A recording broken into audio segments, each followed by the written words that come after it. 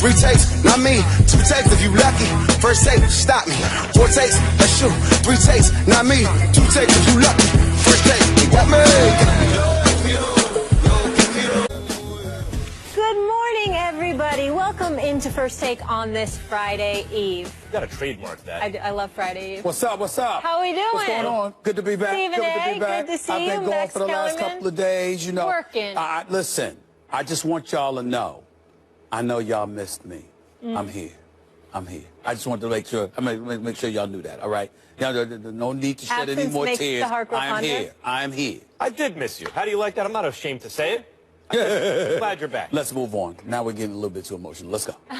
Coming up, can Tom Brady still win MVP after missing the first 4 games due to suspension? Don't miss that debate a little later in the show, but we start with the rookies. Sunday in prime time, it's an NFC East battle when Carson Wentz and the Eagles face Dak Prescott and the Cowboys. Wentz has led his team to a 4-2 record. Dak Prescott has the best total QBR at 84 while leading Dallas to a 5-1 record. Eagles receiver Jordan Matthews thinks the Wentz-Prescott matchup in the NFC East has a chance to develop into a quarterback rivalry of the ages like Peyton Manning and Tom Brady. Max, Wentz or Prescott, who would you take as your franchise quarterback?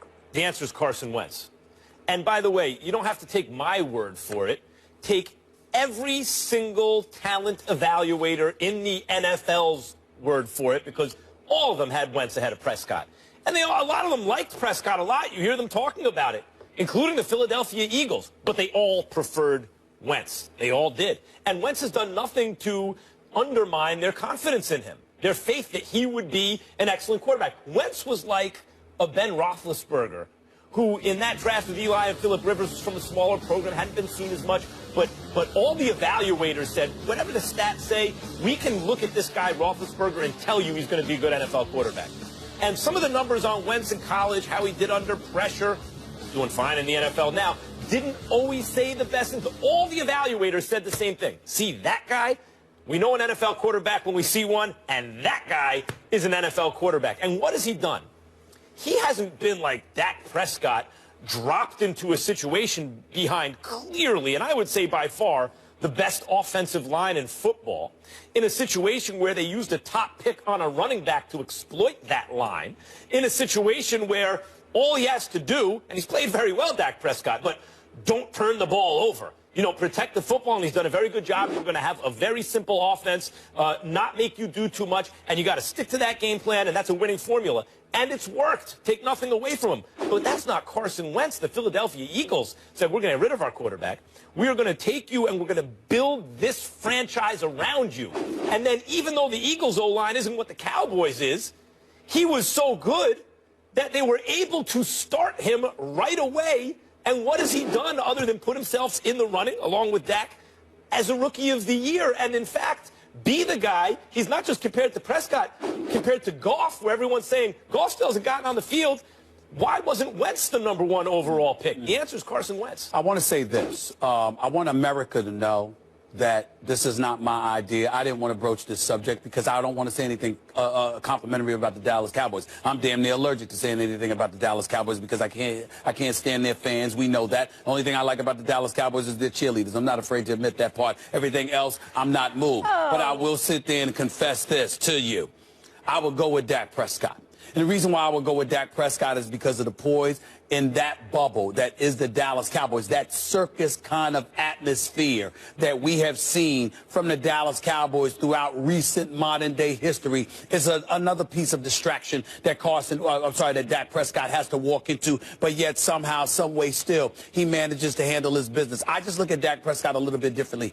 I know the offensive line is formidable. I know having Ezekiel Elliott playing like an all-pro is a very, very big thing. I know that alleviates some of the pressure that Dak Prescott has to deal with in comparison to Carson Wentz. But I also think that all of that is offset by the circus-like atmosphere that comes associated with being a member of the Dallas Cowboys. Yet to be in that situation where he's under such pressure, he's under such a spotlight, where everything is going to be nitpicked, especially with Tony Romo out, supposedly coming back when everybody and their grandmama knows that's who Jerry Jones wants to be his quarterback. He wants Tony Romo to come back. Matter of fact, it wouldn't surprise me at all. I'm not saying that Jerry Jones wishes anything malicious upon Dak Prescott, but if Dak Prescott was to tweak himself in some way and he was unable to come back to play a particular week while Tony Romo was available, nobody would be happier than Jerry Jones. There would be glee written all over him because that's who he is. That's his prodigal son, his adopted son. As far as I'm concerned,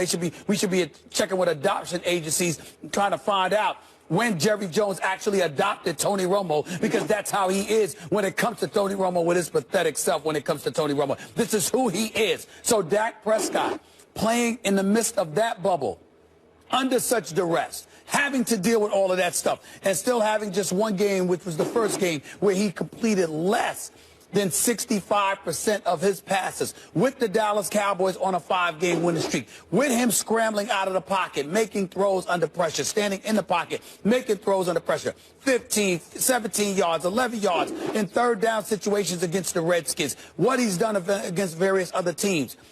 I am simply saying that when you look at Dak Prescott, we can't definitively say anything about the number 2 overall pick against this 4th-round rookie, because this 4th-round rookie looks like he's going to make liars and fools out of a whole bunch of people. It's way too early to say definitively, period. Fair enough. But if you're asking me what my gut is, first of all, I like Carson Wentz's big play ability actually more than I like Dak's, based on what I've seen so far. Okay. And you talk about the pressure of playing for the Dallas Cowboys, but in fact, I think it's very different. You worked in Philadelphia for many, many years. Yes, 17 years. Most well-known sports writer in Philadelphia after a while, I would say so. Okay. Now, would you say that the Philadelphia Eagles fans are a hate-based life form? Because I would. Eagles fans... Hold on. I want to make sure you're careful. You're not saying that in a negative connotation, are you? One of the greatest cities, one of the greatest sports towns in American history, the city of Philadelphia. Sure. Are you being disrespectful to Philadelphia? How dare you? No, I think they take it as a compliment, to tell you the truth, the Eagles fans. But I'm talking about what you mean. I'm talking about what you mean. What I'm saying is Eagles fans are waiting for you to mess up. Like, the Cowboys fans love the Cowboys. When you get a 4th-round pick and he can perform, that's found money for your... The Cowboys fans are waiting to love the Cowboys. They're looking for excuses. You call them those delusional fan base. Eagles fans are the opposite. Even when things are going good, they're complaining about something about the team. And the Eagles mortgaged part of the future in draft picks and all this to reach for Carson Wentz, and yet he's performing so well, he's got those hate-based life forms rooting for him. But Dak, of course, he has the love of the Cowboys fans. You're not wrong. 4th-round pick. You're not wrong. For the Cowboys. You're not wrong, but you're missing something. The Philadelphia Eagles in the Carson Wentz era immediately succeeds the Chip Kelly era. And because of that, anything is a welcomed relief after that. I mean, when you saw what Chip Kelly did to this franchise, I'm sorry, you are relieved. And the fact that Sam Bradford, of course you wanted Carson Wentz because you were thinking coming into this season, there's but so much we were going to be able to do because the residue from the Chip Kelly era had so stained and sullied the franchise that anything that you did from, any kind of market improvement whatsoever was going to be some welcomed relief. So the expectations weren't really on Carson Wentz per se. It was on everything around him because of what Chip Kelly did. But how did they make him the starter? What happened? Was it they actually moved out a veteran quarterback who nobody believed in because he was there under Chip Kelly, and nobody liked him last year. Now that veteran quarterback is having success for an excellent team. You think there's not pressure on Carson? The pressure, my whole point is, as much as it seems like the pressure be on the Dallas Cowboys quarterback, in fact, in this case, the pressure is on the Eagles quarterback.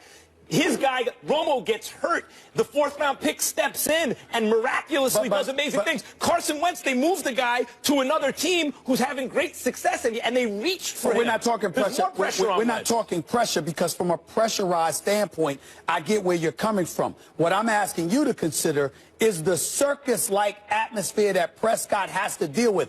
Pressure or no pressure, because it's the Dallas Cowboys and because they're a walking piece of mediocrity in recent recent memory. And because there's the perpetual accident waiting to happen, because they got an owner in Jerry Jones more concerned with hype than winning, more concerned with business and making dollars than winning. What you have is a situation that's ripe for a rookie to be exposed and, dare I say, overwhelmed by the totality of the situation. And we didn't even bring Romo into the equation. Carson Wentz doesn't have any of those issues. You got a new coach. You got a GM that was reinstalled because Howie Roseman was removed because Jeffrey Lurie gave all the power to Chip Kelly. Now that's been alleviated. So you have organizational structure with a rookie that we're allowing to be on the come up. We didn't know he was going to be this good, and we're happy about that.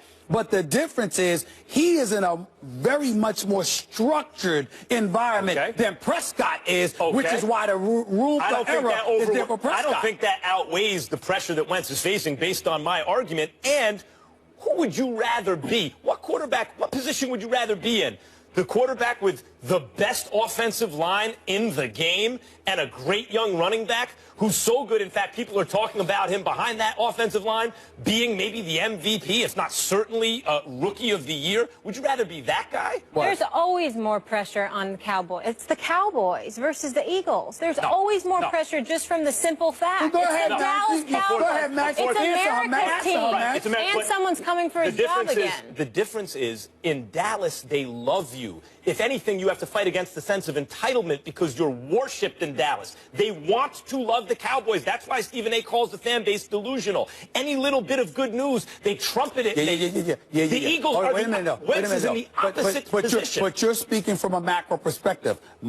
Speaking from a micro perspective, yes, they love the Cowboys, but at the same time, Tony Romo is waiting in the wings. And even though he has his critics and a lot of Cowboy fans who do not believe in him at all, you do have other fools who absolutely are in love with this man. There's treating more him eyes like on he's that got situation. 2 Super Bowls instead of two career playoff victories. Who would you rather be? In what position would you rather be? Which quarterback? Would you rather be playing for the Cowboys behind that offensive line with those weapons? No, let me say this to you.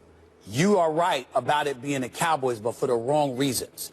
I would tell you that I would rather be with the Eagles if I had more receivers. The fact that, hold on, time out. I only have Jordan Matthews. You keep bringing up the offensive line. That's not the issue to me. The issue to me with the Eagles and Carson Wentz is that all he has is Jordan Matthews. Because Brent Zellick, Zach Ertz haven't necessarily been stellar this year, probably due to injury. Nelson Aguilar is still developing. But Beasley Williams has been good, and now they get Des Bryant back, and they have Jason Witten. The point is, if they're performing on a similar level, and one guy is better protected with more weapons, that suggests the other guy is better. But you're making making the football argument, and I'm going beyond that. I'm saying that I'm saying distraction off the field. You asked me in terms of what situation would I rather be in. I would rather be in a structured environment like that of the Philadelphia Eagles than with the Dallas Cowboys, hype machine personified. More eyeballs on Dak. Yes. That's what I'm saying. More eyeballs on Dak. Right. Carson Wentz performing at least as well as Dak. And by the way, and let me say this to you. Can I tell you something else too? And I'll say it. I'll say it to all of those pathetic Dallas Cowboy fans out there. I'll say it to the city of Dallas because I would like to live in Dallas one day because there's no state income taxes. So I would definitely take that into consideration. But or Florida, Tennessee's another option. I'm considering it all. But let me tell you something right now. I think Philadelphia is a better sports town than Dallas. I believe that the city of Philadelphia is a better sports town than Dallas, and I would rather play in a better sports town. Well, a sports town that's actually more intense, more negative, looking for every flaw. That's the difference. The Eagles fans are looking for every flaw. The Cowboys fans are looking for the gold, for the silver lining and everything. Listen, you could call it negative all you want. I choose to assume that they are far more informed and realistic than Dallas Cowboy fans. And as a result, I don't look at the Philadelphia Eagles as perpetually negative. I think it's a fantastic sports town. There's more pressure on the there's more pressure on the number 2 overall pick that a team traded up for, or the 4th round pick. Which is there more pressure? There's more pressure on the 4th round pick. There's more pressure on the 4th round pick, but he's in a better situation. I'll give you that. More pressure on the 4th round pick than the 2nd round pick. There's not more pressure on the 4th round pick than it is on the number 2 overall pick. But I'm just saying to you, all of America pays attention to Dallas. All of America pays attention to Dallas, and Dallas is not. It's relatively dysfunctional. They're getting over this year. Good luck to them, but it's relatively dysfunctional. They're just the cheerleaders. Listen. They are 5-1. And I'm sitting here as a noted Dallas Cowboy hater with a smile on my face, waiting for the accident to happen. I know who the Cowboys are. They will not let me down. I'm telling you, they're going to find a way to mess it up. Cowboys have a Super Bowl book victory in their history, right? They have a Super Bowl. Several. They have many. Several. Yeah. Several. They have 5, actually, altogether. Several. And how many do the Eagles have? None. Okay. None. But there's... Hold on, wait a minute. All right. So the second-round pick playing for a team that's never won a Super Bowl Time out. with no offensive line. People like me, Right, hold on. People like me that talk to the Cowboys, I'm not talking about Roger Staubach and Tony Dorsett or Ed Tuttle Jones or Ed Martin and them. I'm not talking about Emmitt Smith, Troy Aikman, Michael Irvin, the playmaker. Hell, those are my boys. I'm talking about the last 20-plus years. Let's be honest. Dallas Cowboys have been a joke, and you know it. The Cowboys are a bigger deal than the Eagles because they have more fans nationwide. Because they're an out-of-market choice. But the intensity of the got them on. Yes, but just in Philly. You want to do... It's only in Philly. got them on Thanksgiving. But it's just in Philly. And by the He doesn't way, have the that's an national unfair attention. advantage. I'm glad you brought that up because I see no reason why the Dallas Cowboys got to play every Thanksgiving. Who the hell? And it's not right. You know, a matter of fact, that's why the Eagles kick their butt every time they go up against them on Thanksgiving Day. You take okay? Dak Prescott, I'll take Carson Wentz. You do that. You do Yeah, that. bet on it. Can't wait for the end of the season. I will not forget this conversation. He got me helping. He got me being supportive of a Cowboy. And you a the hell Philly is this guy. world coming? All right, you heard from these two, Max on Team Wentz, Steven on Team Dak. Which quarterback do you want as your franchise guy? Go on Twitter and vote. We need someone to figure this out for us, who is right here. Coming up now, though, let's get into Kyle Schwarber. He spent most of the season learning to walk again after a devastating knee injury in April, but as the designated hitter last night, he led the Cubs to their first win in a World Series game since 1945. Schwarber went 2 for 4 with 2 RBI, but as the series shifts to Chicago, the Cubs have a dilemma on their hands. No DH spot in the National League. Schwarber will have to either play outfield or sit out of the starting lineup. Stephen A., would you play Schwarber in the outfield Game 3? No, I would not. And I know that's sacrilegious because this brother is big time. I've been incredibly impressed with him, no doubt about it. But that's exactly right. And I openly confess to you, Max, I'm being overly cautious here. I'm being overly cautious, a little bit emotional from this perspective. I want this kid available. I don't want anything to happen to him that would jeopardize him for a potential 5th, 6th, 7th game. I know that he hasn't played but 2 or 3 games this year. I know he hasn't played a game at Wrigley Fields this year. With the kind of year that Chicago has had, with the way they have performed, particularly in the postseason, the fact that this guy hasn't been eligible to play and having barely swung a bat, first time up at bat in the World Series, doubles, okay? Gets 2 more hits last night. Flat out balling. Nothing but love and respect for him. I'm saying I need to make sure, even if I got to sit him for Game 3 and then bring him in for Game 4, 5, and beyond, I got to make sure if there's any doubt, and right now there are questions. He's going to work out today. They'll find out whether or not he could play the field tonight. I'm thinking just the fact that you have that question, building off this momentum from Game 2 victory, knowing that it's a 2-3-2 format, this is the game to sit him out. You can always bring him in as a pinch hitter, all right? You can do that at any time, and because you can do that at any time, you can bring him in as a pinch hitter. You could still potentially get his bat. Having him in the field is not that important, particularly if he could tweak something coming off that ACL and jeopardize it. I totally understand anybody that feels differently, but for me, I'm so cautious because I know that Terry Francona's Indians ain't going down with a fight. I can't see you as the Cubs just steamrolling over them the rest of the way. I'm viewing this as a 6 or 7 game series. If I got to sit him out at least just 1 more day to make sure that he's ready, I'm going to do that rather than risk losing him for the waning portion of the series. If he's ready, you got to play him. You got to play him. It's tough that it's in a National League park and you can't DH him. You're going to have to play him in the outfield. It's not like he plays center field. Look, defense and pitching, after I'm getting done every day saying, actually, even what the scouts and the fans have been saying all these years, it's pitching and defense in the playoffs. And it seems like, well, why isn't it offense in the playoffs? In fact, all the sabermetrics guys and the analytics guys all say, no, actually, it is pitching and defense in the playoffs. That's been corroborated. It really is, and he's not a defender. And in your defense, I'm not going to get on you for bringing up sabermetrics because it's appropriate with baseball. Okay. Go ahead. Very good. I'm not going to get on you about that. Analytics, you know, I'm going to let it go. Works in all the sports. It's just a tool, but it works in all sports. I like analytics. Got it. So I get it, like you want defense. But then there's common sense. This dude has 5 postseason home runs already. He's swinging a white-hot bat. You can't take his bat out of the lineup. Like, even if he was making errors every time the ball was hit toward him, if he's hitting a home run a game, if every 4 at-bats he's hitting one out, I don't care about the errors, number one. Number two, you know how many postseason errors he has? 0. He has, I think, 11 chances. He's made them all. Now, that doesn't suggest he has very good range in the outfield or anything like that. But if the ball is hit to him, he has shown he will catch it. So if he's ready to go, by the way, none of the home runs have come as a pinch hitter. He's had at-bats. If he's ready to go, you got to play him. Then the question is, well, what kind of hitter is he really? Like, not only he's a hot hitter, but can he hit? Every level of the minor leagues, this guy has raked in single-A, double-A, triple-A. He's a slugger. He's 23 years old. This is not an illusion. The guy can hit, period, especially right-hand pitching. You know, left-hand hitter's not going to hit lefties, but although he hit one out against the lefty in the postseason, but especially right-handed pitching. These games are too important. They're too high leverage. If a guy is as hot as him and has been as good as him in these situations throughout his career, you can't just insert him for one at-bat. You can't take that. That's like 25% of his offensive value instead of 100%. You're going to take 75% of his offensive value away because he's not a slick glove or because you're afraid he's going to get hurt. Boy, there's no time for that right now. Win as much as you can, as fast as you can. He has to be in the lineup. I guess what I'm saying to you is that, again, you're talking about his on-field production. No one's disputing that. What I'm saying is, if there are question marks as to whether or not he's physically able to play the field, that is what has me hesitant, because I'm thinking of this series going 6 or 7 games. There's no one on the planet who can refute what he has done at the plate.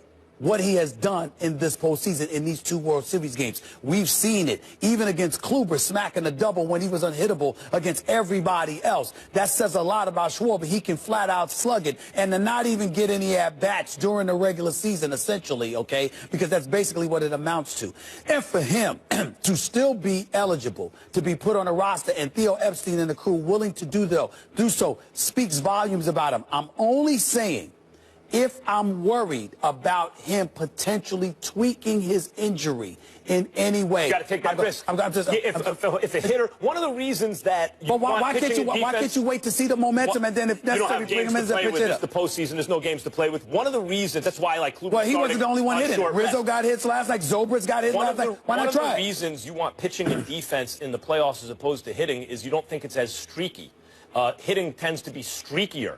And if a guy is hot now, if he's in that zone, if he's riding that wave of momentum, if he feels locked in at the plate, you don't mess with that, bringing him off the bench, sitting there cold all game. You get him his at-bats now. I feel you. I don't blame you for feeling that way. I'm just telling you, I'm admitting I'll be a chicken. I'm like, I need this because Terry Francona's coming. I just don't believe. Therefore, I think this is going 6, 7 games. And I'm going to need Schwarber. So put your foot on the throat now. If you tweak it and he gets hurt, you don't have him for the rest of the series. Ooh, let's leave it there. It is a great time of year. The NBA is back. Let's talk about it, shall we? Who needs Kobe Bryant anyway? The Lakers win their season opener last night in their first real game of the post-Mamba era.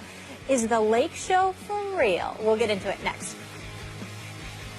Showed up, putting up their most points scored in a season opener, gentlemen, since '91. Defeating Houston 120-114, Jordan Clarkson had a team-high 25 points off the bench. The #2 overall pick in this year's draft, Brandon Ingram, had 9 points in his NBA debut. Max, are you buying the Lakers post-Kobe? I am. Really? And by the way, let me just say, you want to compare the Lakers' record in let's say, the last 3 seasons of Kobe's career to what it's going to be this season and the next 2? I guarantee you they will win more games now. The Lakers did something smart. What they did, Stephen A., is they had an aging superstar who was coming off a catastrophic injury in Kobe Bryant and couldn't play anymore, really. I mean, a game here and there, but otherwise.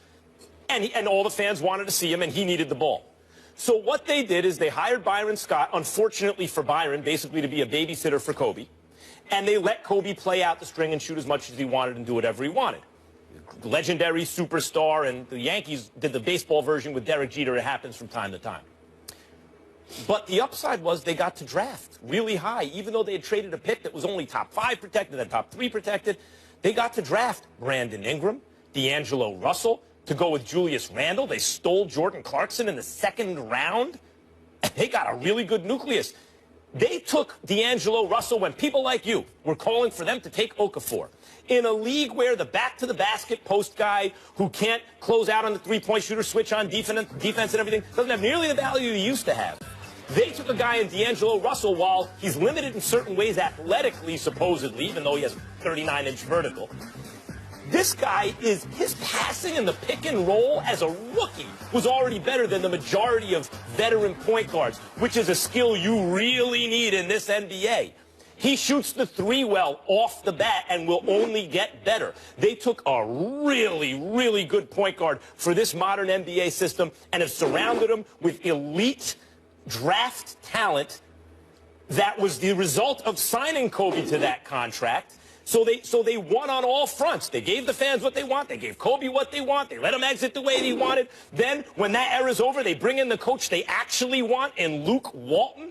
And they're now going to run a modern NBA system with the pieces they need to run it. The future's bright for the Lakers. Well, first of all, I think you're giving them too much credit because a lot of it was by accident. And I don't even have time to go into the accident that the Lakers have been over recent memory.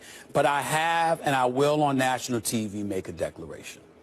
Out of respect for the great Jerry West, out of respect for a lot of people that I know that are diehard Laker followers. They're my friends, some within the organization, some outside the organization. I've turned over a new leaf. Really? I'm not going to excoriate and vilify Jim Buss on a regular basis, regardless of the respect I don't have for him, regardless of the job I think he has done on too many occasions. Remember, Max Kellerman, when I've gotten on Jim Buss, unlike critics who have questioned his basketball acumen, I have never questioned that. I've never said Jim Buss doesn't know what he's doing. What I've said is that, and what I've excoriated him for, was allowing his emotions to get in the way of his basketball judgment. Because you're concerned with who your sister's dating, because you can't stand the coach, because you think or knew your father didn't like somebody, or whatever the case may be, you made decisions that got in the way of this organization moving progressively forward. That was my issue with him, not his basketball acumen or supposed lack thereof. No, it was letting his emotions get in the way of his judgment. But I have promised people that I love dearly that I'm going to be nicer to Jim Buss. So that's here news. You used to come on my radio show like every couple weeks. It's big news. I like the new you, Stephen A. I'm going to be nice to Jim Buss from now on. Having said that, let me say this. When we look at the Los Angeles Lakers, I'm not going to get excited because they played the Houston Rockets. Mike D'Antoni, here we go again, former Laker coach, who was brought in by Jim Buss, who backdoored Phil Jackson in the middle of the night and brought Mike D'Antoni in. Again, I'm going to be nice. I'm not going to go there. What I will say to you is this.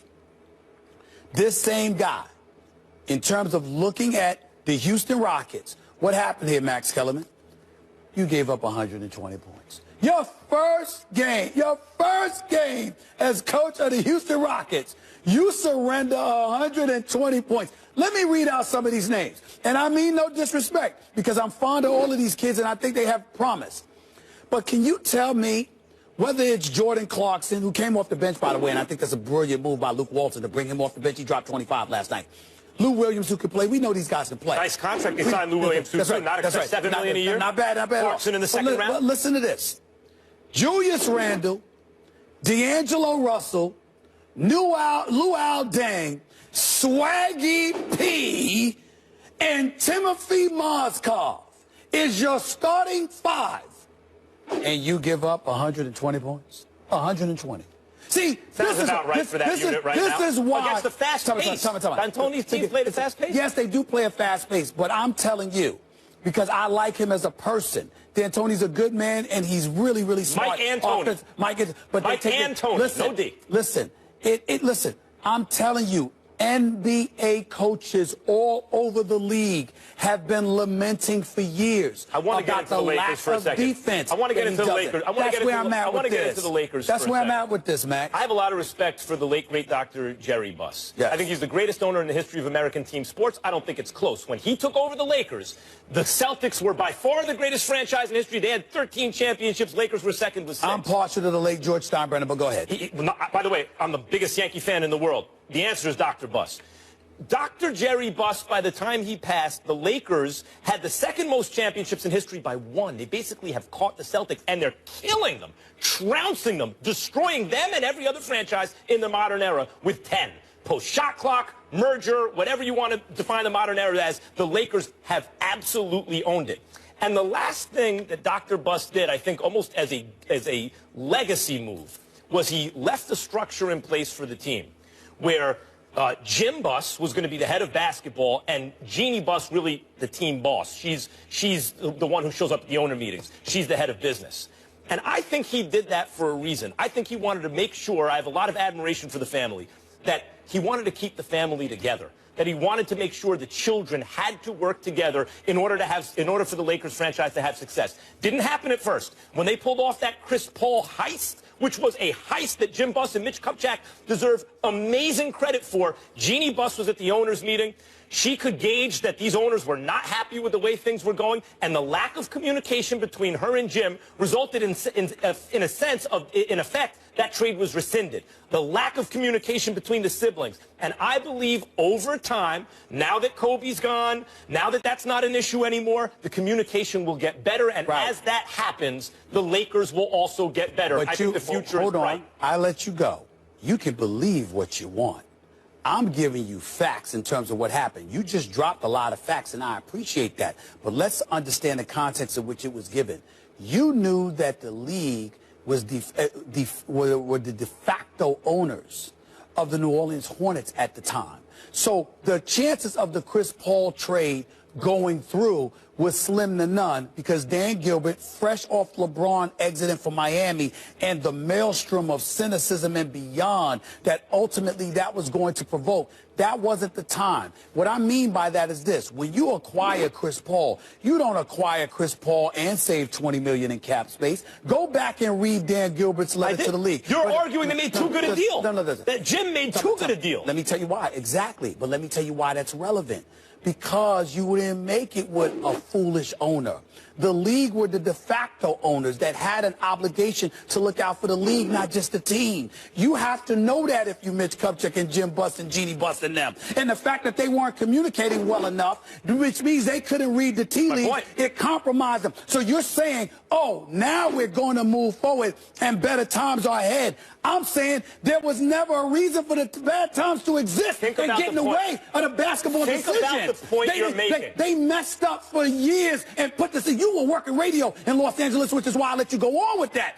Come on now. You in L.A. How miserable were your times in L.A. talking about the Lakers? You gonna sit up there and messed up this franchise for years and years. Only if they would have taken Okafor over D'Angelo Because of your personal feelings. Because of your personal feelings. That's inexcusable, man. You don't put a city through what the Lakers put them through just because your siblings don't get along with each other. You don't do that. Think about what you're saying. You're actually saying you're excoriating Jim Buss and Mitch Kupchak because the Jim Buss, because the deal he pulled off was so devastatingly excellent. No. He got the best player in the trade and saved $20 million. Guys, we gotta go.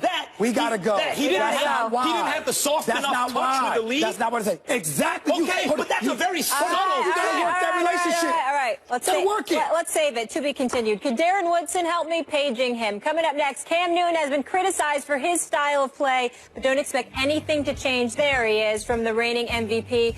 We'll hear from Cam and react to that after a break. What's up, Darren?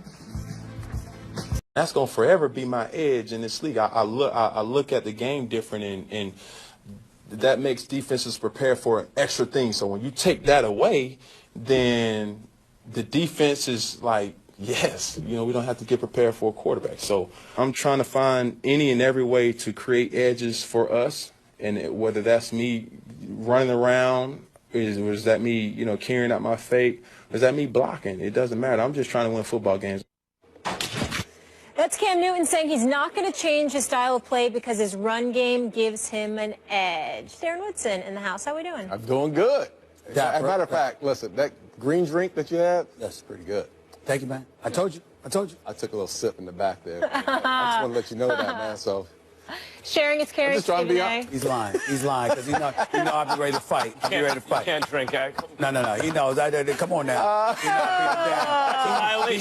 a violation. That's a violation. He would. He's a Dallas Cowboy. He would try to do something like that to me. I'm just playing, man. Darren, what do you think of what Cam said? Do you agree with him that he shouldn't stop running? At the moment, yes, I agree with what he's saying right now. I think that when he said forever, I mean, listen, Father Time is never lost. And at some point, he's going to have to change the way he plays this game, especially when he gets in his 30s. And I'm looking at Cam's, from the day he came into where he was last year and today. Last year, he threw 35 touchdown passes from the pocket. So he's throwing the ball, and he's changed his game in certain aspects.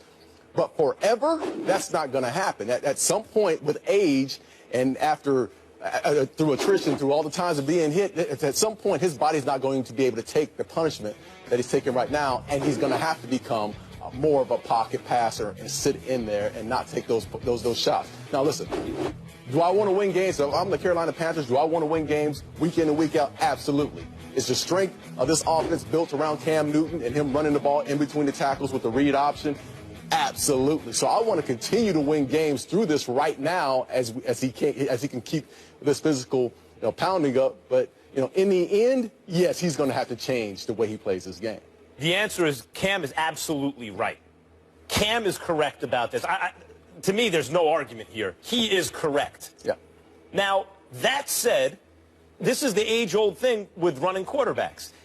If the first down is right there, why wouldn't you take it? Right. But if the first down is going to be right there for you a lot with your legs, then you're not going to develop in the pocket like you need to long-term. That's an issue of your short-term incentives kind of having a negative influence on your long-term incentives. So I understand that. But in Cam's case, he's saying, look, I shouldn't do stupid stuff like not protect myself running in on a two-point conversion. He's right about that.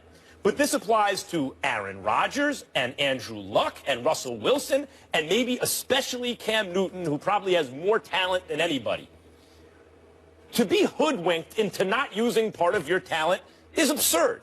It's ludicrous. Why would, now, show good judgment as when you apply it? Yes. But if you're a carpenter, your main tool is a saw. You need your saw a lot. But sometimes you might need your chisel.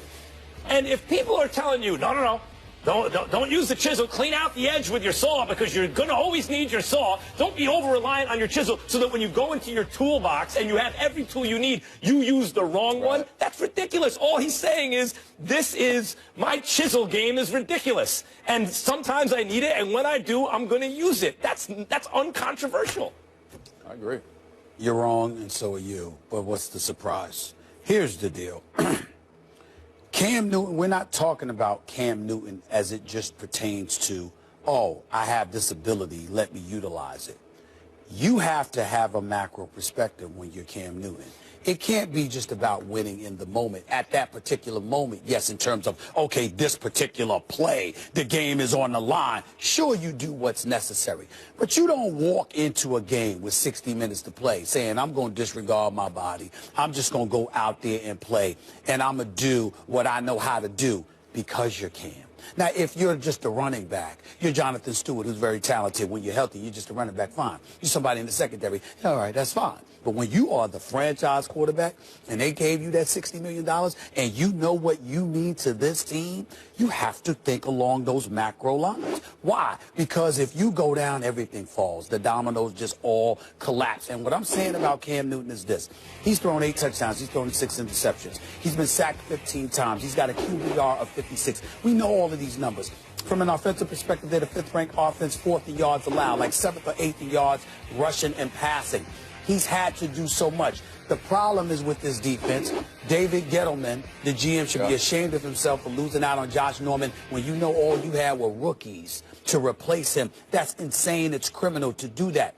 But let's think about how violent the sport of football is, and let's think about the runs that we're talking about. We're not talking about Cam Newton stepping one back and then running in between the tackles, trying to get a yard here or there. We're talking about him scrambling wide. We're talking about dudes seeing Cam 6'5", 250 and going like this. Shots. Damn, I need to hit him low because I can't hit him high because he's so big and he's so strong. This is not going to work for us. So now we're saying we're not talking about this dude standing in a pocket and getting his chest caved in or something like that. We understand that. That comes with the territory. But when you run it wide, you know, scrambles and all of that, and these guys are attacking your legs at every turn, That's entirely different because that's far more dangerous. Correct me if I'm wrong, because you played, I did it. Absolutely. Tell me if that is the most dangerous predicament for. So when I talk about him running, I'm not talking about him getting the snap and then running in between tackles. I'm not talking about him looking and then, okay, I'm going to scramble here. I'm talking about those set plays where they got him scrambling wide and guys are diving at his knees and diving at his lower left, his lower extremities. That's my concern with Cam Newton, and that's what makes it dangerous. So you're saying to change he needs to change that part of his game That part of it. I'm talking about particular kinds of runs. I'm like, you don't need to be doing that. I don't want you to go to RG3 or prima donna like, oh no, don't do this and that. But I'm saying there's certain things that could be taken out of the equation. This is my issue with Cam Newton. There's times where Cam is going to as competitive as he is, he understands that he has that game that he can throw the ball, he can run out of the pocket, and he can punish you in the running game. Okay. The mindset of trying to punish defenders has to change. That has to absolutely change. The showboating at the goal line. Don't look for contact. Don't look for contact. If it's there, you know it's there. There's 2 guys, 3 guys surrounding you. Just dive down, just get the first down, and move on about your business. Cam in the past has been extremely competitive. He wants to impose his will upon you as a defender, and that's what has to change in his game. But I'm not saying Cam needs to change next week. I'm saying he needs to change in the next 3-4 years. But right now, man, these guys are trying to win games. And what made them 15-1 last year was his dominance as far as his legs, his physicality, because you have, as a defensive coordinator, you have to prepare for all that. He had all his weapons available to him. That hasn't been the case this year. We don't even know what the hell has happened to Kelvin Benjamin. He might as well want to get hurt. He might as well go back and get hurt. He was actually more valuable to the team when he was hurt than he's been on the field this year, which makes no sense to me because Kelvin Benjamin could play. I don't know what the hell's been wrong with him. Sure, go ahead. I'm listening. It's almost like saying, hey, Shaq, in your prime, don't bang down low. That'll wear on you after a while. I don't see hey, that. Sandy Koufax, don't take the ball every 4 days and throw the fastball. Your arm will fall off. Analogy. My point is some players don't have long careers because of their style of play, but the quality of their prime makes them among the greatest ever. And maybe Cam Newton, maybe, partly because they don't enforce the rules with him the way they do other players, which is why he's been hit hundreds of times more than the next guy, than anyone. Like, who's got hit more than Cam? Not even Andrew Luck. Let me go to your Shaq analogy, because let me tell you why you're so wrong about that. Yes, they hacked Shaq. Bless you. Get that man. Thanks. I'm good. I'm good. Here's why your Shaq analogy doesn't work.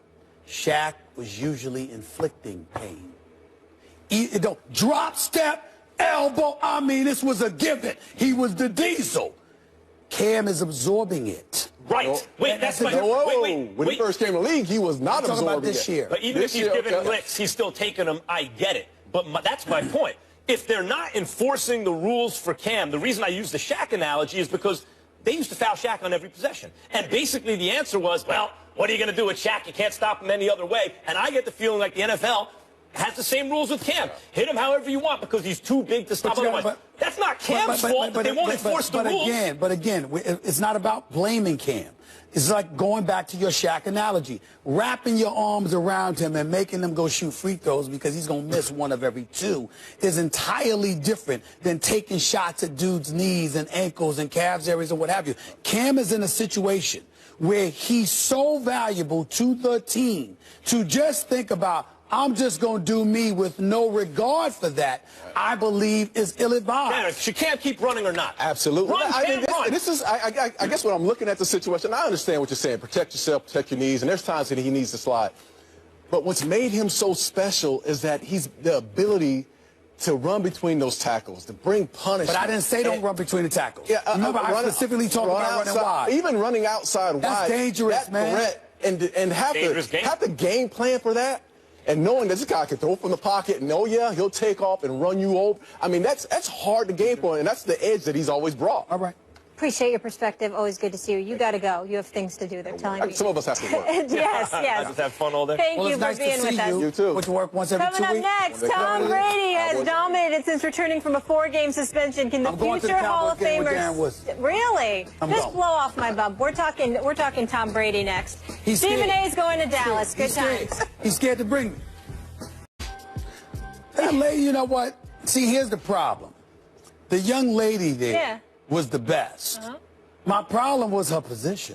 It would be a problem. You see what I'm saying? I would have to debate her, and I think it'd be perfect. I would You'd be fearful that I would come across as a little mean because she's supportive of Tony Romo. She's not worried. No. She's actually parroting my point, so it's a winning argument. Well, it's not a winning argument. It's not a winning argument. Did you guys see the topic bars? Yes. Yeah. It was nice. The topic bars in the set and the guy. Listen. How about the guy in his classroom? I loved it. One He in his took us to classroom, I'm sitting there school. going like this.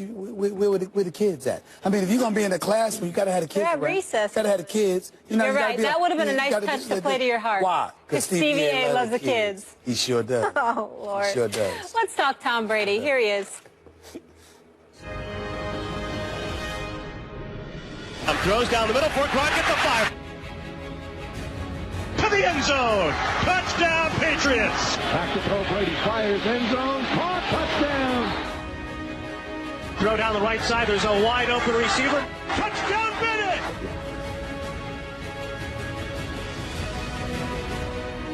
Takes the snap. Backpedals in the pocket. Throws across. Touchdown, Patriots. Throws down the left seam for Gronkowski. Catch and strike past the 5. Into the end zone. Touchdown, Patriots. Yeah, I mean, it feels like I'm just kind of getting going in football season, and it's already the halfway point, so. Tom Brady may have been suspended for the first lead in wins and passing touchdowns. He's first overall in passing yards and total QBR during that span. All of this is leading up to him picking up steam as the leading MVP candidate right now with 3-2 odds to win the MVP according to Bovada. Max, can Brady still win this MVP even though he missed a quarter of the season? No. I mean, can he? Are voters dumb enough to vote for him? Maybe.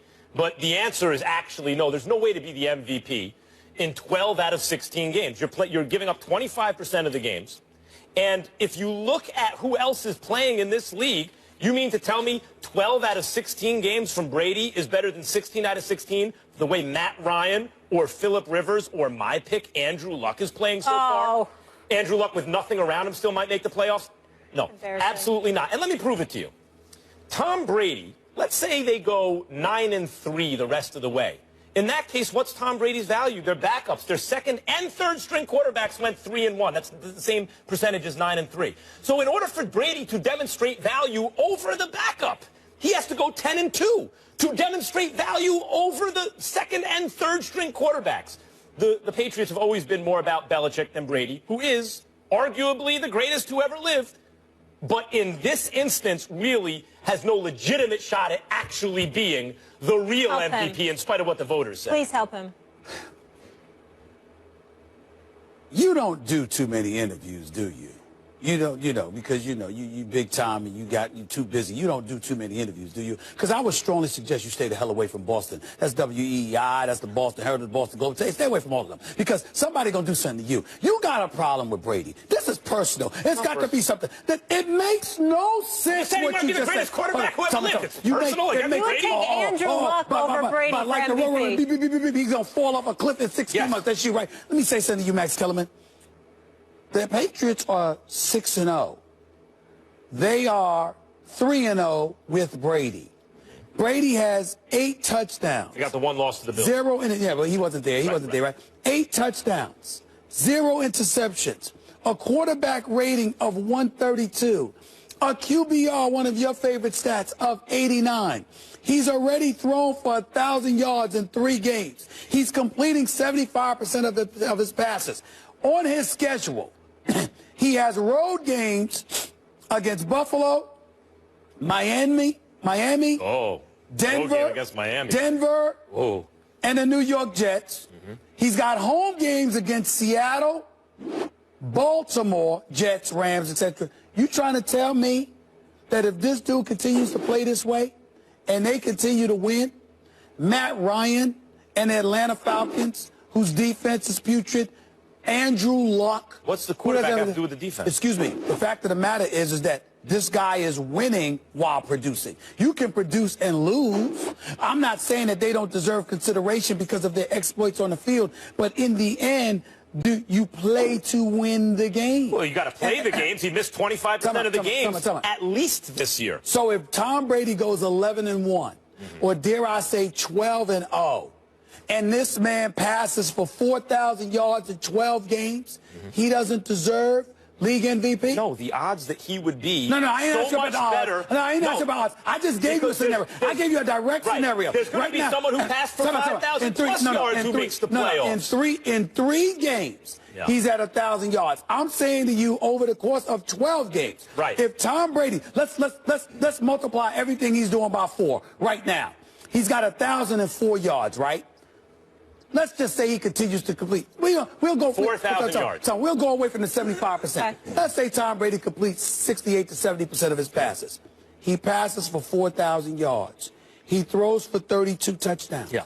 He only has like 4 interceptions. His QBR stays around 80 plus, 80, and his quarterback rating stays at 132. And the New England Patriots are winning, going 11-1 or 12-0. You trying to tell me that you think he should be deprived of the MVP? Not deprived. He didn't earn it. Because of 4 games? He didn't earn it. That's how did you not miss it? 4 games in football is like 40 games in baseball. Can I ask you a question? You're not going to play 120 baseball games and get the MVP. Because I know that you watch your basketball. Yeah.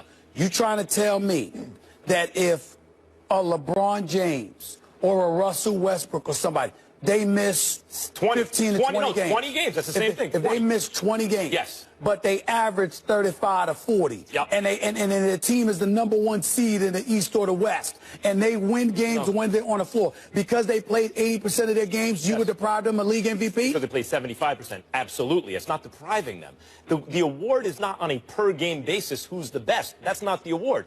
It's value over the course of a season. And if you miss 4 games, and it's not like you came in and saved the season, you were 3-1 and in first place without the starting quarterback. Stop that. Just because they were 3-1, just because they were 3-1, you and I both know that trend may not have continued if Jacoby Brissett was we don't know. Yeah, right. Playing. May not. It doesn't matter. I mean, the fact is that's what happened. Time out.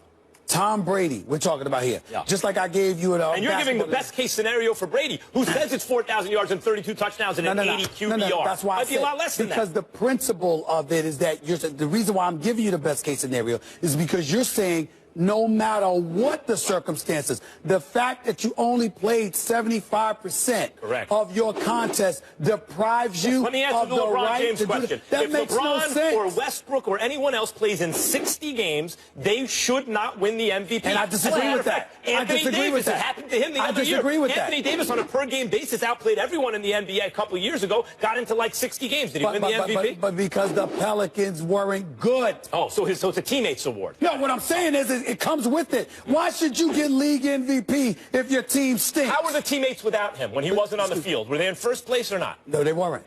They were 3-1. Oh, no, I thought you were asking me about Anthony Davis. I'm sorry. So Tom Brady's teammates were 3-1 without him, so they were in first place without him. But Max, so he would have to go 10-2 to show you value over the replacement. He's trying to be slick. I'm asking you, simply put, you're saying your premise is anyone who misses 25% of a season doesn't deserve MVP. Right. That's done. Can I ask one more question? So you think Andrew Luck's more deserving than Tom Brady? At this moment, sure. Sure, absolutely. Okay. By the way, let's leave it there. But by the way, Andrew Luck is playing with nothing around him. Tom Brady is playing on a juggernaut. Tom Brady's playing on a team that a lot of people picked to go to the Super Bowl this year. Was that the case with the Colts? Number one. But he's not on a good team. You have to be on a good team. But the Andrew Luck thing is you're picking a quarterback with a losing record who's being underrated right now. Matt Ryan continues to have the year he's having now, and they make the playoffs. Clearly, he deserves it more than Tom Brady. Same thing with Phillip Rivers. Any one of those guys who plays 16 games and performs, even if the per-game basis isn't high as Brady. Now, Brady gets some sympathy because it's not his fault he missed the games, according to many, because of Deflategate. They felt the punishment was too harsh. Neither one of us feel that, but a lot of people do. So since he wasn't injured, whatever. Bottom line is he did not play in those games. And in no sport will someone who misses 1 out of every 4 games get the MVP. You're trying to convince yourself. That's why you keep talking. I'm telling you right now, you're basically coming down and saying if you miss 25% of the games, you're automatically disqualified from MVP. I think that's insane. All right, we go from raised eyebrows at Max to fearing the brow. Anthony Davis lights up the Nuggets on the Bayou last night, but where does the Pelican star rank among the best players in the NBA? The guys will break it down next. of how he affects the game on both ends of the floor. This is an MVP in waiting. Davis knocks it down. He's got 31 points. Screen knocked loose by Davis. Davis to the other end. Davis lays it in, and he's got 50. Also a career-high 7 steals, and it's 102-100. He's back. Last night, Anthony Davis had a monster game, putting up 50 points, 16 rebounds, 5 assists, 4 blocks, 7 steals in his first regular season game since March. Davis missed the end of last season with a knee injury, but appears back to his true form. Davis becomes part of an elite club as he's now the 4th player in NBA history with 50 points in a season opener, joining Michael Jordan, who did it twice, Wilt Chamberlain, and Elgin Baylor, all of whom are Hall of Famers. Max, the question is, where does Davis rank among the NBA elites? Tell me what you got. I love this off the Brady segment because this applies to Anthony Davis. On a per-game basis, I believe this is the year that Anthony Davis establishes himself as the 2nd best player in the game to LeBron James. On a per-game basis. But so far, he's always playing between 60 and 70 games a year. I mean, he's really, when you have other very talented players in the league, like a quarterback that we just argued, you can't give them 15 or 20% more games to play and then make an MVP case in Anthony Davis's case. But on a per-game basis, this guy can defend the pick and roll both players simultaneously. He's that long. He can pass the ball because, it's been famously pointed out, he was a point guard and then suddenly grew a foot, went from 6 to basically 7 feet in like a year. And so he retained his point guard skills, but now he can play the 4 or the 5. He offensively just gave you 50. But even in terms of his efficiency, Stephen A. Smith in 2 seasons ago, not last season, the season before last, Anthony Davis led the league in PER. Say whatever you want about PER, Hollinger's stat. PER is imperfect, but it is a much better shorthand for finding out how good a player is, at least offensively, than just saying points, rebounds, assists. It's better shorthand because it tells you how efficient they are while they're accumulating those numbers. And Anthony Davis was the best in the NBA during the regular season at that. And in fact, his Pelicans made the playoffs without that much around him by bumping off a Spurs team that really needed the win that night for playoff Last position. game of the regular season. Last game of the regular season. They were highly motivated. And Anthony Davis, as a one-man band, did it by himself. And then to have a performance like he had last night, among the great opening day performances of all time, per game this year, he will establish himself as 2nd to LeBron James in the NBA. Well, again, he has to stay healthy. We understand that. I'm going to say the jury is still out about that because I think Kevin Durant is a freak of nature, and I think he's one of the top 3 players in the world. Steph Curry's got to have the kind of year that he had. It's a guard-oriented league. If I had to pick between one or the other, you know, obviously you're going to think about the guard. See, where Steph Curry comes into play, here's where it's deceptive, y'all. I look at a guy like Steph Curry, for example, and I'm talking about throwaway game 1. I'm talking about last year based off of last year's performance. The way the NBA game is played and it being a guard-oriented game, I've never seen a shooter like Steph Curry in my life. I think he is the greatest shooter I've ever seen. And if you tell me that somebody can shoot the basketball like that, I don't care what LeBron and Anthony Davis and Kevin Durant and all of them can do. When you can shoot the ball like that, and you have the ball in your hands because you're shooting it from the point guard spot as opposed to the off guard spot. Because remember, even the off guard still needs to get the ball from somebody else. The point guard is the one that has the ball in his hands. He's the one running the show, which means he can shoot whenever he wants to, even though he's supposed to be prioritizing running the show. I can't sleep on Steph Curry, but I will tell you this. When I think about elite players, away from the guard play, the system itself, the way the game is played, just guys on their overall abilities, I can't disagree with being behind LeBron James. I can make an argument that Kevin Durant, unleashed, could be that lethal. But Anthony Davis, I've said this, Max, a few years ago, about last year sometime. I said Anthony Davis in 3 years, if healthy, will be the best player in the world. He is that big time because Kevin Durant's not him defensively. Now, offensively, I think Kevin Durant could be whatever he wants to be. But defensively, he's not this kid. This kid actually defends centers. He defends power forwards. He can rebound. He can block shots. And more importantly, he's focused on doing that. So clearly, he's elite in that regard. My concern about Anthony Davis, however, is who's he playing with. Did you see last night's game? I mean, Max, I don't know how to put this into words. I cover the NBA. Tim Frazier, who the hell is that? Who? He got Etwan Moore, Solomon Hill, Lance Stevenson. I mean, we know those names. Terrence Jones is there now. I mean, who the hell put together this roster? I mean, I mean, Demps and these boys in New Orleans, they got to get it together. Because when you got a player like Anthony Davis, he's a generational talent. You got to give him more help. I mean, like, how do you even describe Anthony Davis? He's got Kevin Garnett ability defensively. Garnett was a more intense defender at the same point in his career, I think. But Anthony Davis has that kind of length and ability, and offensively has things that no one else can really do given his size. He's an amazing player. You know, Rick Fox put me up on something, though, when I was doing L.A. radio, talking about the Lakers needed a big man. They maybe when Okafor and other guys were available. Yep. The Lakers never draft big men, really. Not the ones who turn out to be great. Not about buying them. I mean, Kareem, Wilt, those guys. Shaq. Because big men, and I know Anthony Davis isn't a classical big man in the sense he's not going to bang down low, but he is a giant. He's 7 feet tall.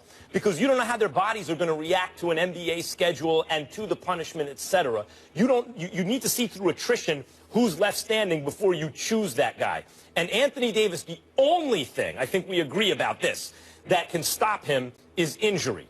For that reason, when you say who's going to be the best player in 2 or 3 years, who's going to eventually take over for LeBron, I like Karl Anthony Towns. Not only did he come into the league shooting the three better than Anthony Davis, but given his injury history so far, knock wood, you hope everyone stays healthy, I think he's the safer bet. Anthony Davis has yet to show that he can really stay healthy all season. Now, it is a point guard league when you talk about where he ranks in the constellation of NBA stars, and you bring up Steph Curry and the kind of shooter he is. It's not just that Steph Curry can hit shots, hit the three. It's that he can hit from way behind the arc. So not all spacing is created equal. When he hits from 30 feet, the defense has more to cover, and now guys like Draymond are 40% shooters just about. Not normally, but with Steph on the team, because they have so much time to shoot the ball. I understand the value there, but there are other guys like Damian Lillard and others who can approximate what Steph can do. Apologies to everyone, including Karl Anthony Towns. But what Anthony Davis can do, no one can really approximate. Which is why I wouldn't take Karl Anthony Towns ahead of him. And I love Karl Anthony Towns. And I certainly was wrong about Jahlil Okafor in comparison to him. I think that Jahlil Okafor is going to prove to be far better than people realize. He's playing with the Sixers last year. And we all know what a pathetic situation that is. And he looked pretty good last night. Which is something we will get into a little bit later. But Karl Anthony Towns is big time. But Anthony Davis is special. He is a guy, he is a big man who can play like a guard. And he can be formidable at both positions. He could be formidable in the backcourt. He could be formidable in the front court. It does not matter. He's a matchup nightmare, and he has significant prowess defensively. But you might be a bit sullied by who you're playing around. This is the same Anthony Davis that averaged 31.5 and 11 rebounds in a 4-game sweep to the Golden State Warriors a couple of years ago. 31.5. And 11 rebounds on better than 50% shooting when everybody and their grandmama knows you are the only option that they have on offense. It is a crime what the Pelicans have put around him. That squad is a joke. And they're. By the way, here's the last thing about Anthony Davis. He's 23 I want to say this last point. old. I want to say this. I want to say this last one. Demps and the crew, let me say this. I ain't wishing nothing on anybody. Got nothing but love for them. I hope they get it together.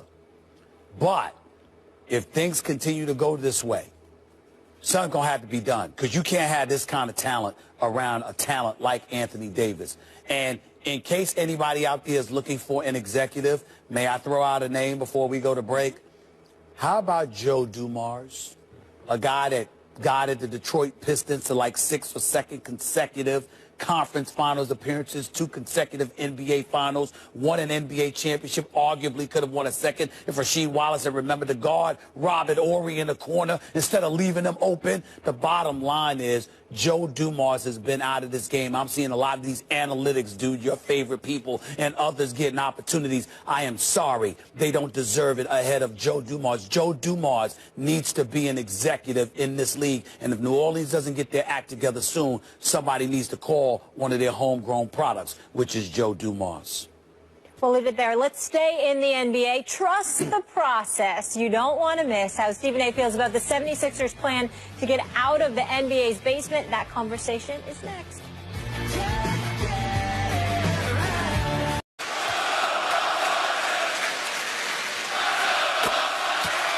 they're chanting "Trust the process" in a nod to Sam Hinkie, who was the general manager here.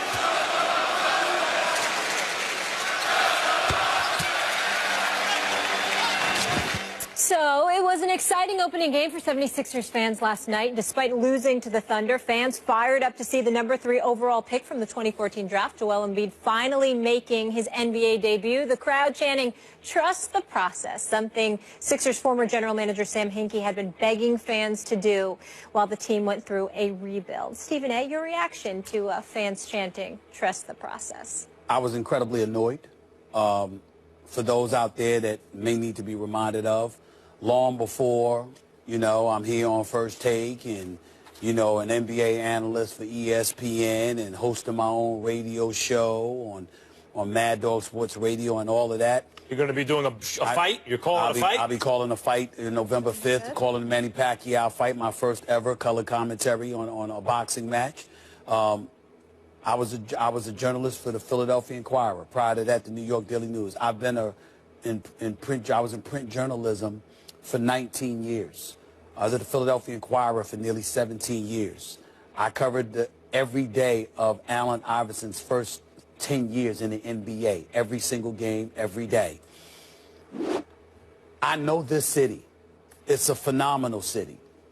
And listening to those chants last night, as much of a great sports town that I just said Philadelphia is, and has been, this annoyed me beyond measure. Because what this organization, specifically Sam Hinkie, did to this city is an atrocity. And I don't care what anybody says. The fact that this man gets to hide and not be front and center, to get interviewed, to have to answer for the things that he did, to me is criminal. Now, I will openly confess something that I've never confessed on national television. I believe that I had, at least in a small way, something to do with the arrival of Jerry Colangelo and ultimately his son, Brian Colangelo, being in Philadelphia. And I'm going to tell you why. Because very few people were harder on the Sixers organization than me. I spoke to the commissioner about it. I spoke to league officials about it. I spoke to members of the Sixers organization about it. They know who the hell they are because they're very influential within the organization. What was being done to the city of Philadelphia was one of the biggest atrocities we have ever seen in sports. Now, certainly when things go wrong and there's an injury here or there, Max, you might tank a season. You're the Spurs, you want to get Tim Duncan #1 in the draft and stuff like that. I get that part, okay? But Max, they tanked seasons. 18 wins, 19 wins, 10 wins, all under Sam Hinkie. He refused to spend money, wasn't willing to draft veterans or bring veterans on the roster, trying to win basketball games. It is one thing to lose, but it is one thing to be so alarmingly inept that you literally sat back and asked a city, wait, eventually, we're going to get there. So in the meantime, why not just stink up the joint for years? For years. While charging them ticket prices to pay to watch that horrible product that they put forth there. There is no, who the hell can't do that job? I can quit right now and do the job that Sam Hinkie did because you're giving me the license to throw seasons. I understand that he was very adroit with the cap and in terms of the players that could bring and save him. I get all of that because you got a capologist to help you do that and an analytics dude with the numbers. I'm not knocking him for that. I am saying to you that no matter what he did that was good, he flagrantly was willing to sacrifice even to give the impression of trying to win games in order to do it. For years is my issue. You do it for one, that's fine. But when you're tanking seasons, it can't get much worse for sports than that. And oh, by the way, it was nice to see Joel Embiid last night. He played well. You got a product like him. Look at the guards you had around him. I'm going to leave it at that. Well, first of all, the reason they're chanting trust the process he said trust the process. Embiid. Yes. And they're excited about Embiid, the fans there, and Embiid said trust the process, and look what happened with the process with Embiid. You took him third, his draft stock He's been out for 2 years. Because he's hurt, but he may be a franchise-changing player, and they had the patience to draft him. Would you draft somebody in basketball and wait 2 years for them to get on the court? At number 3 overall, 3 years? you cannot pass on Joel Embiid. You couldn't pass on him. He was too good. I just asked you a question. Yep, You're going to draft somebody. I'm going to draft somebody in 2013, knowing they ain't going to play before 2016. Sure. As a matter of fact, I want to talk about Sam Hinkie for a second. Go ahead. The reason he did all those things is because he's smart.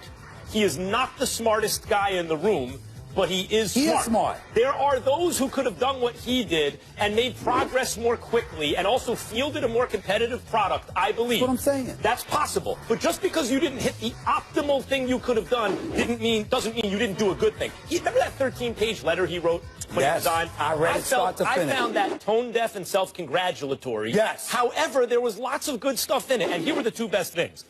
You have to have a tolerance of uncertainty, and you have to be long science. You know, you don't short a stock. You're long on a stock. It means you keep it. You believe in it.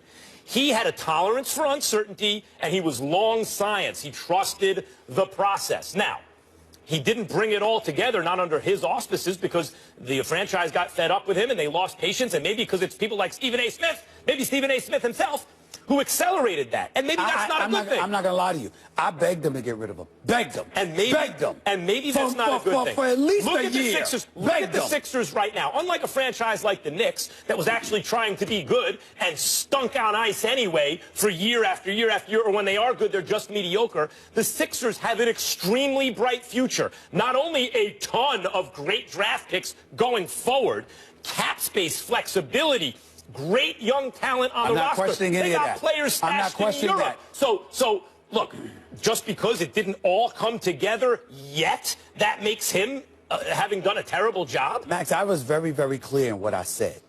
I said 19, 18, and 10 wins. Wait a minute. It's one thing to be that bad. It's another thing entirely when you're intentionally trying to be while charging the paying customer.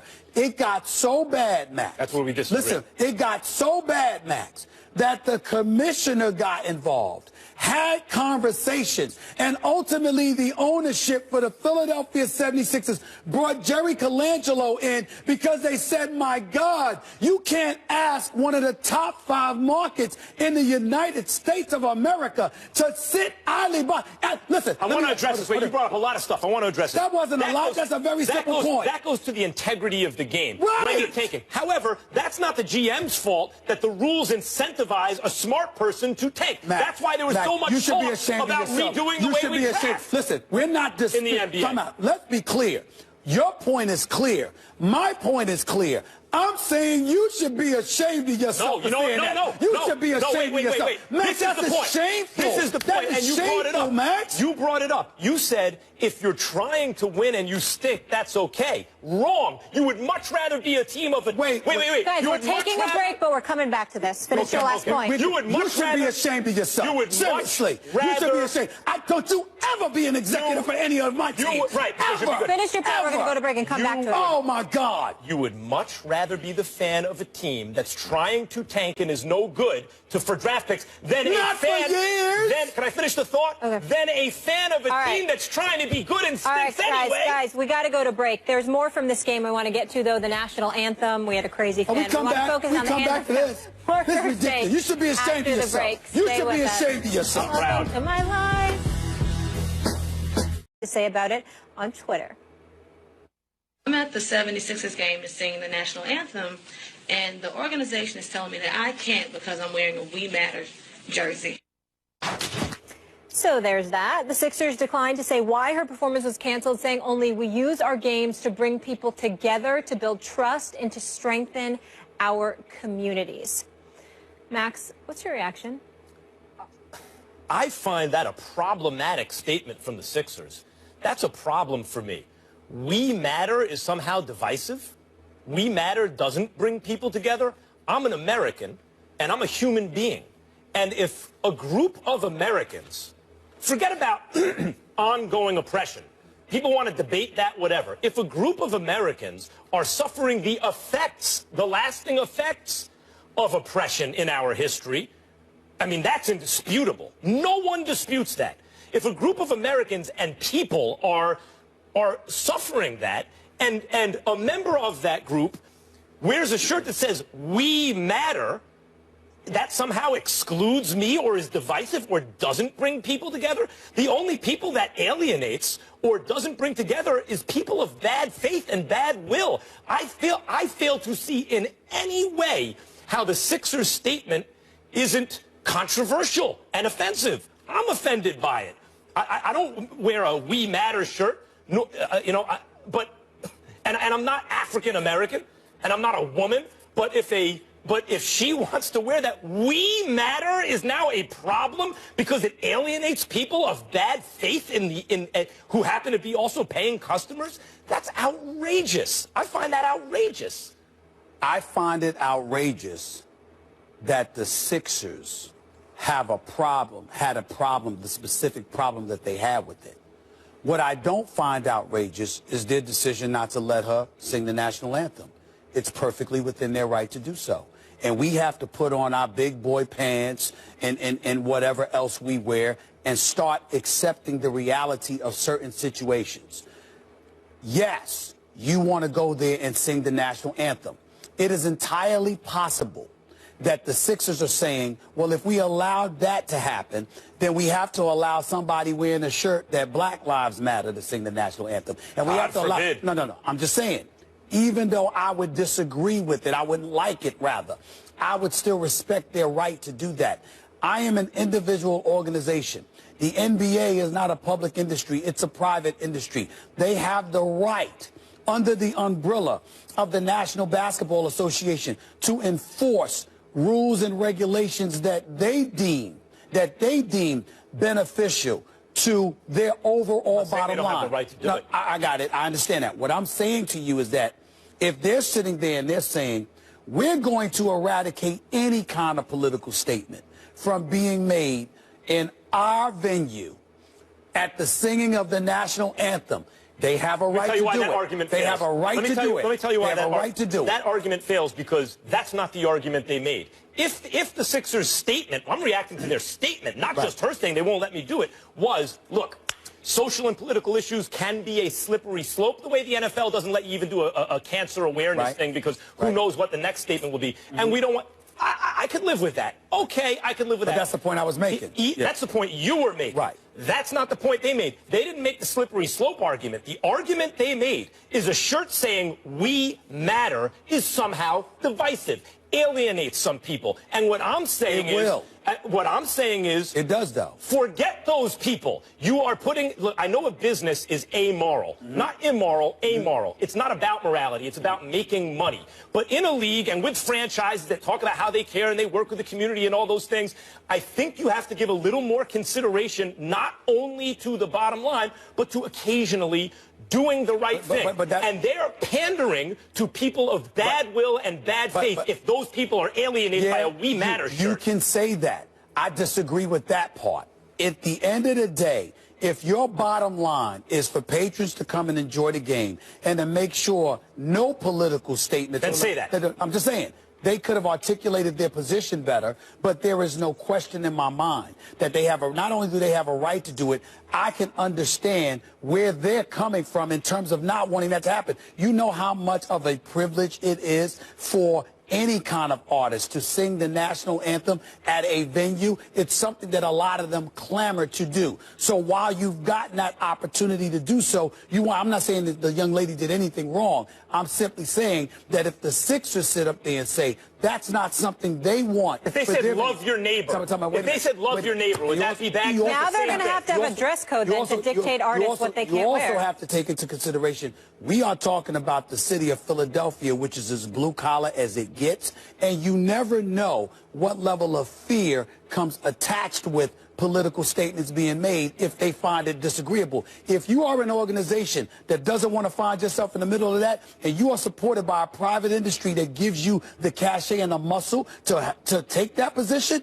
you have a right to do it. Be nice to people. She could have been wearing, be nice to people. It's almost the same thing as saying "We Matter." I agree with you. Don't discriminate. I'm not disagreeing with you. I'm saying be a good person, not a bad person. I'm not disagreeing with you. I'm saying I understand where they're coming from, and you as an individual, they should hire you to release their statements. You got to understand that. They didn't do a good job. We got to go to break. You got to understand it. All right, we got to go to break. When we come back to the NFL, who would you rather have as your franchise quarterback, Dak or Carson? You voted. Your results coming up next. Atlanta definitely doesn't scare us. See, there's a saying that goes, in order to be the best, you have to beat the best, which is exactly what you two, the Minnesota Vikings, and the Seattle Seahawks would have to do. Say it with me. Number 1 in rushing in total QBR. And number 3 in total offense. Tony Romo is the better quarterback when healthy. Last time Tony Romo was healthy, with this offensive line, with a rushing attack, just like the one they have now, he went 12-4, and he should have gone to the NFC Championship game because that was a catch. Is it just me, or do the women bring it the most? In terms of intensity, there's right? been a couple of good dudes, but the women have been showing up and showing out. They have been doing their thing. Oh, she takes the cake. Ladies. She does take the cake. I mean, maybe it's the New Yorker in me, but when you talk with your hands, yes, that just takes it to another level. Yeah, but she was substantive, too. But she has competition. Sure. There's several other ladies that I saw that I've been very, very impressed with in terms of their delivery, I must confess. You got to have the content and the delivery. You got to have both. All right, we'll see. The whole package. We'll see. We'll see. Yes. Keep them coming. Keep them coming. Win. We asked you guys early in the show, who would you rather have as your franchise quarterback, Dak Prescott or Carson Wentz? The results are in, and 60% said they'd go with that 4th rounder. Proving my point. What? Because there are the split between Cowboys fans and Eagles fans, which is what these polls turn into, is way more than 60-40 pro-Cowboys. Cowboys are a national brand in a way the Eagles are not. So for Dak, with the strong argument he has in his favor, though not as strong as Wentz, to get only 60% of the vote proves, in fact, that Wentz is the better choice. Well, what I would say to you is this. You can sit up there and say Wentz is the better choice. I understand the offensive line, the running game of the Dallas Cowboys, but I think there's a lot to be said and taken into consideration about the circus-type atmosphere that somebody is walking into when becoming a Dallas Cowboys. The billion-dollar playpen, the Dallas Cowboy fan base that's worldwide. You're going to be there. The organization that's worth over $3 billion. Jerry Jones, who's a hype machine personified, certainly more interested, it appears, more interested in headlines half the time than actually winning, et cetera, et cetera. You got all of this going on, and now the latest backdrop, it ain't weed, it ain't dudes that can't stay off the weed, it's not something else that's happened, it's Tony Romo getting hurt with another back injury and then coming back, but they're not talking to Dak and they're not letting him know his status. You know, they won't hand the job to him even though he's earned it, and Tony Romo is making headlines because he's thrown a couple of passes in practice, for crying out loud. Dak is excellent, but how hard is this? Come on. Here, Zeke, take this. Come on. And have those 5 guys make sure that no one comes near touching you. It could be, I mean, you know, I'm not saying Dak ain't good. He's good. But come on. He's in an easy situation. Real quick, your favorite tonight, Thursday Night Football. What about it? Jags, Titans. Well, first of all, I'm not a fan of Thursday Night Football, but I damn sure ain't a fan of this game. Okay, so it'll be interesting to see Mariota and what he does. Gus Bradley, he hasn't done a great job record-wise. I mean, come on now. His best season was 5-11. This dude, at some point in time, they got to do something. Gus Bradley, I expected much better from him by now. I'm not seeing it. And the development of Blake Bortles or lack thereof is concerning me. AFC South is the NFC East, but with bad records. I don't think anyone's going to really separate themselves. Therefore, I like the Jags tonight. But there's a lot on the line. This is like actually a high-stakes Thursday night game. You know, in terms of the development of quarterbacks, the direction of franchises. Where's the game at? There's a lot at stake for the Jags, I think, more than for the Titans. I'm going with the Titans tonight. I think Mariota and them will show up and play. Against the wall. Yeah. You know what's going to be fun? Omar Epps is here tomorrow, and you know who he loves? The Cowboys. Yeah, I know. You know, he always texts me about the Cowboys. I don't know if he's invited. I don't need another Cowboy fan. Bye. 3 takes, not me. 2 takes if you lucky. First take, stop me. 4 takes, that's you. 3 takes, not me. 2 takes if you lucky. First take, you got me. Good morning, everybody. Welcome into First Take on this Friday Eve. You got to trademark that. I love Friday Eve. What's up? What's up? How are we doing? What's going on? Good to be back. Stephen Good to be back. Good to see I've you. been gone Max for the last Kellerman. couple of days. You know, working. Listen, I just want y'all to know. I know y'all missed me. I'm here. I'm here. I just wanted to make sure. Make sure y'all knew that. All right. No need to shed any more tears. I am here. I am here. I did miss you. How do you like that? I'm not ashamed to say it. Glad you're back. Let's move on. Now we're getting a little bit too emotional. Let's go.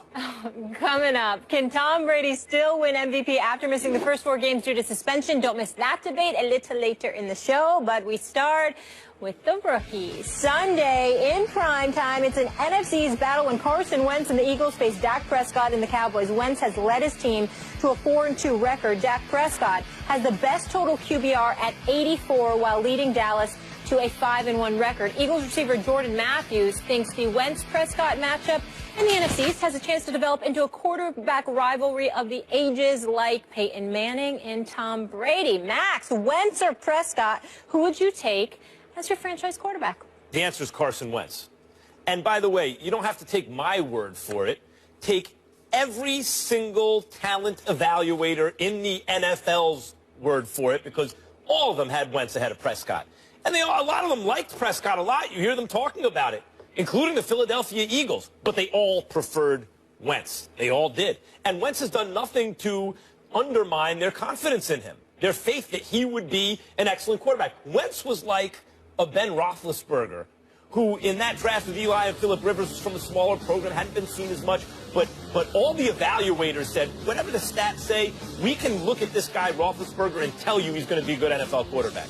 And some of the numbers on Wentz in college, how he did under pressure, doing fine in the NFL now, didn't always say the best things. But all the evaluators said the same thing. See that guy?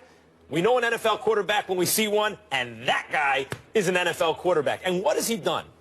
He hasn't been like Dak Prescott, dropped into a situation behind clearly, and I would say by far, the best offensive line in football, in a situation where they used a top pick on a running back to exploit that line, in a situation where all he has to do, and he's played very well, Dak Prescott, but don't turn the ball over. You know, protect the football, and he's done a very good job. We're going to have a very simple offense, not make you do too much, and you got to stick to that game plan, and that's a winning formula. And it's worked. Take nothing away from him. But that's not Carson Wentz. The Philadelphia Eagles said, we're going to get rid of our quarterback.